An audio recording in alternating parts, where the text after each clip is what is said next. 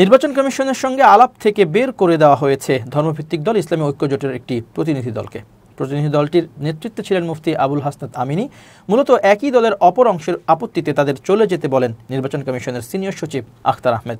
রোববার সকাল 10:30টার দিকে আগারগাঁওয়ে নির্বাচন কমিশনের সম্মেলন কক্ষে রাজনৈতিক দলগুলোর সঙ্গে নির্বাচন কমিশনের সংলাপের শুরুতে এই ঘটনা ঘটে।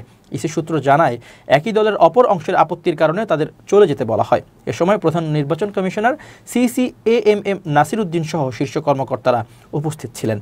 সংলাপ শুরু হওয়ার কয়েক মিনিট আগে ইসলামী ঐক্য জোটের একাংশের মহাসচিব মুফতি সাখাওয়াত হোসেন রাজি ও তার নেতৃত্বাধীন প্রতিনিধি দল সভাকক্ষে প্রবেশ করেন। তারা আগে আসন গ্রহণ করা মুফতি আবুল হাসনাত আমিনীর নেতৃত্বাধীন অংশকে লক্ষ্য করে তাদের ফ্যাসিবাদের দোষর আখ্যায়িত করেন। মুফতি সাখাওয়াত রাজি বলেন, তারা বিগত ফ্যাসিবাদের সহযোগী ছিল। 2024 সালের সহ প্রতিটি একতরফা নির্বাচনে অংশগ্রহণ করে আওয়ামী লীগকে বৈধতা দিয়েছে। তারা এখানে থাকলে আমরা থাকব না।